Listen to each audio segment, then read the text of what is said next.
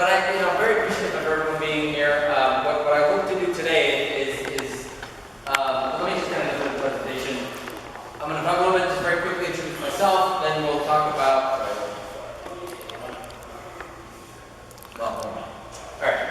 But today is all about just giving you a little information on Parks and Recreation, sort of the stuff that we do to kind of give a little context of what we're doing, kind of the context within which we're working, some of the challenges that are facing us, and then really spend the bulk of the time hearing directly from the community members who came to just share. Now, the main thing I want to share as well is, like, I'm not here necessarily to promise that we're going to build a brand new community center or promise we're going to have every program you need, every resource. Like that's not what my intent here is. My intent here is to listen directly from you all to hear what the needs are, and then as we look at the city as a whole, like go across the city, to really figure out kind of what are some of the places that we're going to do.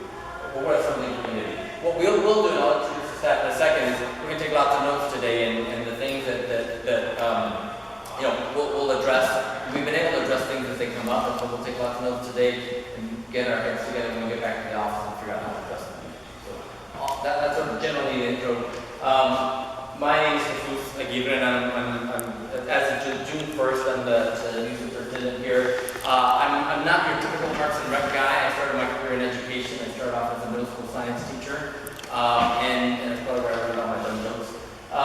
And recently, I've done this job, Parks and Recreation in Washington, D.C. I did that. The most recent experience I had in Washington, D.C. was running the state education agency for D.C., which if you're not familiar with the way D.C. operates, we have both the municipal, the state, and the federal role there. So this particular job that I had recently was being the state education chief for the District of Columbia, with about 85,000 students. My job was all about policy and making sure that we were complying with all sorts of federal law. Very excited to move to Seattle. Hiawatha actually was the very first community center that I came to when I came to Seattle. It was before I got the job, was when I was going to have an interview, so I flew in a couple days early to kind of scope out the place. Didn't know where I was. I'd never been to Seattle before, and I ended up in Hiawatha. I kind of snuck in and sort of walked around doing the programs. I don't know which staff was here that day, but I didn't really, I didn't talk to the staff. I just really get a feel for what was going on right before school got out. It was an interesting experience. So that's me, and I've got 3 kids that are in public school. So I think we've already gone through this, but I know Stacy is. So these are the folks here. Stacy is John Hasslinger here. He's in the building. He's in the building somewhere. He's a recreation leader. Katie Howard, who we heard from. Al Mason, is he here? It's his birthday today, so he's off. Happy birthday. Huang Tran is our custodian. Is he here today? Oh, he works early in the morning. Okay. And then Terry Burns, who is the senior coordinator for this team, right? Then you've also got some central staff here. Kelly Guy in the back, she oversees recreation for Parks and Recreation across the city. Katie Crane is our deputy here. Dan Johnson, who is our parks director, oversees all the maintenance and all the facility stuff for the division. Ann Gorman is on his team as a strategic advisor. She's going to be dutifully taking lots and lots of notes. Laura Monzi is here. She works in planning and development. I'm sure you're going to get a lot of questions about development. Charles Ng is here. He's in our finance division, really focused on contracts. And then Joanne Orsucci, right here. RSPO, basically she manages all of our permitting and events. So we got a pretty good representation of Parks and Rec folks. And I'll apologize in advance to them who have heard this presentation before, but they're going to have to hear it again. All right, so here's what we're going to do today. Talk a little bit about who we are and what we do. I want to hear from you all about what's working well, what we need to improve upon, and then just throw it up for questions. Anytime I have any kind of discussions, and whenever, when I took on this job, whenever I take on opportunities, like, I want to understand what we're supposed to be doing. What is our role? And for most organizations, it boils down to something like this in terms of what the mission of the organization is. So our mission here at Parks and Recreation is pretty broad, but essentially we're going to provide welcoming and safe opportunities for folks to learn, play, and contemplate, and build community, and then we're going to promote responsible stewardship for the land. And one interesting thing about this mission is there's some internal conflict with the mission. Right? We've got a lot of discussions around open space and sustaining the environment and maintaining sort of the green space that we have. But at the same time, we're charged with creating recreational opportunities for residents. So that's sort of a balancing act. So that's our mission. This is a little bit about who we are.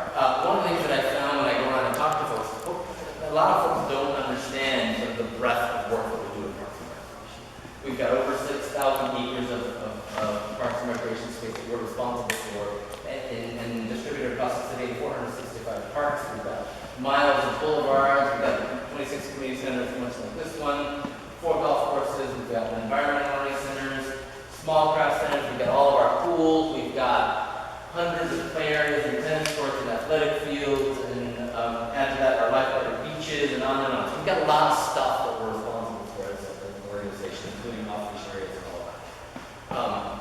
We also do lots and lots and lots of programming across the city from 0 to 100. As I mentioned earlier, I started off as an educator, but when I really got into Parks and Recreation, I kind of stumbled into the work. I fell in love with it. And part of it was that I really appreciated the impact that we had for every resident across the lifespan. So it wasn't just dealing with kids, which obviously is very important, but I really enjoyed the fact that we got to work with them. But we do programming across the board for every age, pretty much every interest, the youth, all of the after-school programming, all the stuff that you see here. So we do lots and lots and lots of programming. So a lot going on. We've got a lot of facilities we're responsible for, and a lot of programs that we're providing. To give you a snapshot of a little bit more about our organization, our operating budget for this year is about $144 million. Currently, we have 983 full-time employees that are working with Parks and Recreation. But during the summer, because of all the summer activity, including the pools and the camps and all of that, we swell to almost 1,900 employees. So right now, we've got 1,900 folks who are getting paid from Parks and Recreation based on a part-time basis. Some of you may know our largest park is Discovery Park, our oldest park is Denny Park, which is also where our offices are. And we've got a really good Parks and Recreation system.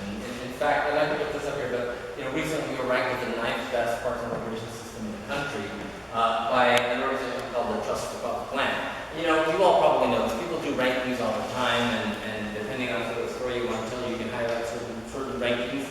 The reason I like this ranking quite a bit is because what they do here is they look at the resources that you've allocated for Parks and Recreation, the investments you made in terms of parkland, all the list of things, all the stuff that I said we had.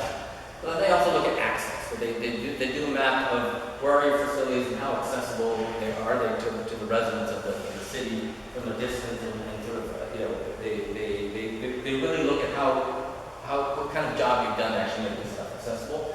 So I think it's a really good ranking, and we're doing really well there. We're number 9, which means there's 8 better than us, so we've got a little bit of work to do there. Another thing in terms of the way we operate, and many of you who are residents, and certainly the staff that are here, participate in the development of this legacy plan that sort of has really informed the park district, which we'll talk a little bit about. But these are the things that we talk about in terms of the values. Our job is to provide access to these public spaces. Our job is to provide these opportunities for anyone who's interested in participating, both passive and active recreation, and all kinds of information that we'll talk about. And then part of our value is making sure that whatever we're doing is supporting the sustainability of our environment. The way we do that, and the things that we look to sort of show us what we're doing and whether we're doing our job well or not, is we really hope to help create healthy people, a healthy environment, fiscal sustainability, and strong communities. And the fiscal sustainability is also really important because at the bottom, at the end of the day, we're stewards of this money, and we want to make sure that we're spending the money the way we're supposed to. Those are some of the things that drive our work. So, we got all this stuff, we got all these programs, we have some of the things that drive our mission, our values, and sort of these outcomes. And then it's important to take a look at what's happening in Seattle, what's happening with our world here, as we sort of move forward in terms of where this agency is going. So, some of the context that we work in. Clearly, we have people, residents, community members that love Parks and Recreation, that love, I hear that a lot, still like other parks. Manning right to it because we do a lot of recreation, not just parks. We've got a great mayor who really supports what we do. In fact, he's from this community, I think. He grew up around here. So he gets the importance that parks play, parks and open spaces and community centers play in the lives of our residents. We've got great support from our community. We've got lots and lots of partners, and all of you who are here, people who volunteer on a daily basis. We get hundreds of thousands of volunteer hours every year from folks who come in, both individually and as part of our organizations. We've got a great team. Some of the people that are here, there are almost 1,000 people every day that work hard to achieve our mission, as well as the rest of join us during the summer. So that's all great stuff, great context. We have things changing as well. Lots of change in Seattle, and we're feeling it here very, very, very much so in terms of some of the growing population that we're going to have in Seattle. We also just had an election that's going to shift the way we do business from our legislative standpoint. So our council members are now going to be representing individual districts. I hope I got this right. You guys in District 1 here? Yep. Yeah. Okay. So their job, their approach to things is going to be different than it's been in the past. And I'm not passing judgment. I'm just saying it's going to make our job different in the way we respond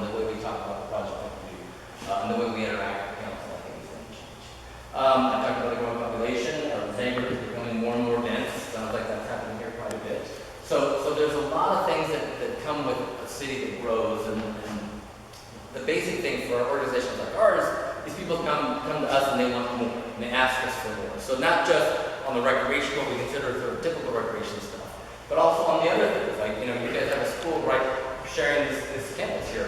As schools have their issues with funding, their issues with all the other stuff, they cut back on things like extracurricular activities and on things like arts and music and things like that. And where do parents and families and people look to? They look to folks like us. And it goes on, all the social and all the health issues that our residents have to deal with and face. Often people come to Parks and Recreation because we're in every community, we serve every single resident, that there's a natural fit that people come to us, which is great. It's a fantastic position to be in, but it's also important to recognize that we've got all the stuff I mentioned, all the programs we do. There's a limit to our ability to keep adding more. There's folks that walk around saying, we do everything for everyone all the time. Even though that might be aspirationally a good thing, that from an organizational standpoint, that's impossible, and at best, it's not sustainable. So there's no way we continue to keep adding and adding and adding without understanding sort of what our goal and our mission is in the lives of residents. So that's sort of some of the context, and then a big part of it, and I want to spend a little time on this, is the park district. You all as voters passed the park district back in August of 2014, which really is a game changer. And there's no other way to say this, but in terms of our ability to do our work, it's really going to transform how we do and our ability to meet some of the expectations that are on us. Literally, I was just at a session with several other jurisdictions, other directors from other cities. Everybody wants to know how to do this and figure out how to create some sustainable funding that isn't dependent on other things. So, really great opportunity. I think as folks may know by now, this year was a ramp-up year, so we didn't get full funding this year. We borrowed $10 million that will be repaid, but it's being spent on really ramping up, increasing some of the programming and some of our maintenance that Dan and his team are doing. In 2016, we're going to be fully funded at about $48 million a year. But it's also important to note, the other thing I hear often, and not just with committee members, but other peers, other agencies, people want to say, well, Parks and Rec has all this money, let's let them do this. But the reality is, and I think most people in this room know, this money is very clearly and in great detail already spoken for in terms of how we're going to spend it. And it also is a relatively small part of our overall budget. So of the $48 million, roughly 9% of our overall operating budget is coming from the park district. So there's not a whole lot of additional money from the operating side. The bulk of it, I think, as folks know, is on the capital stuff, and really, and I think it was the right way to go in terms of making sure that we get our facilities to the point where they need to be, to really make sure that the investments that we as a community have made are where they can provide the maximum benefit. And then I think, according to the financial plan, these first 6 years is really reducing that backlog, reducing the major maintenance backlog, and make sure that the stuff that we invested in can have a long life. A couple more slides on this. This is what the park district is supposed to be spent on. So fixing first is that maintenance. Let's fix what we got. Once we fix it, let's maintain it. So that's the maintaining parks and facilities so that we don't go backwards again. Let's make sure that once we have the facilities we need, let's start building up the programs that we offer for folks. And then let's continue to think about the future, acquiring new land, continue to build up on open spaces. And then the small sliver at the bottom, we borrow the $10 million we have to keep paying back. So that's sort of how the money is spent. Very quickly on sort of the portion of our overall budget. So as I said, our overall budget right now is about $153 million, or for 2016 is $153 million. And you'll notice that the park district revenue, again, is only about 90% of our total budget on the operating side. On the capital side, there's 90%. On the capital side, it's a little different story. So this current year, we've got some parks and green spaces levy money still left over, and then we've got the ramping up on the park district revenue of about $2.1 million. But what happens in 2016? So that's the park district, that's the levy money. But in 2016, you'll notice that the levy money falls off that stuff. So really, the intent of the park district is to take the place of the levy money on a sustainable basis, and it really becomes over 50%, 56% of our total capital. And that's sort of the quick minute and a half tutorial on the park district. And then what we'll see is, let's move on, and then we can discuss it. So what are the other things that we really need to work on, or the things we need to stop?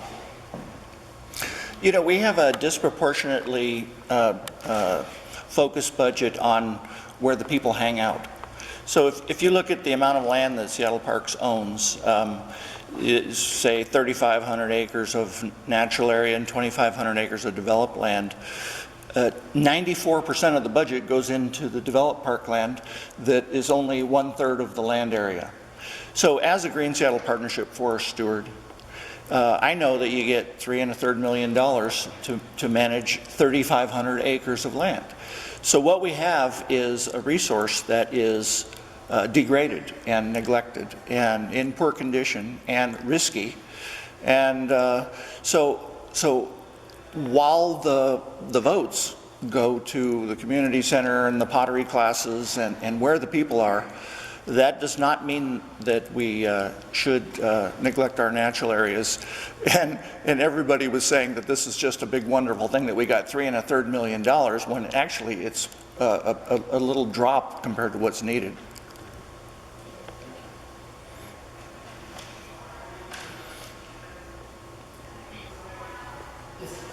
I'm concerned about this change of use of natural areas also. And that has not been very transparent to the major part of the city. It's been focused on local areas where it's taking place, but the rest of the city knows nothing about it. In terms of the process to provide some additional guidance. I don't think anybody over here, we have an area that's on that list, or has been. There's nobody around here who knows it. That's the Hamilton View. I'm concerned about how that process is taking place and not being forthright, telling the whole city what's in, because the whole city owns these areas, not just the local.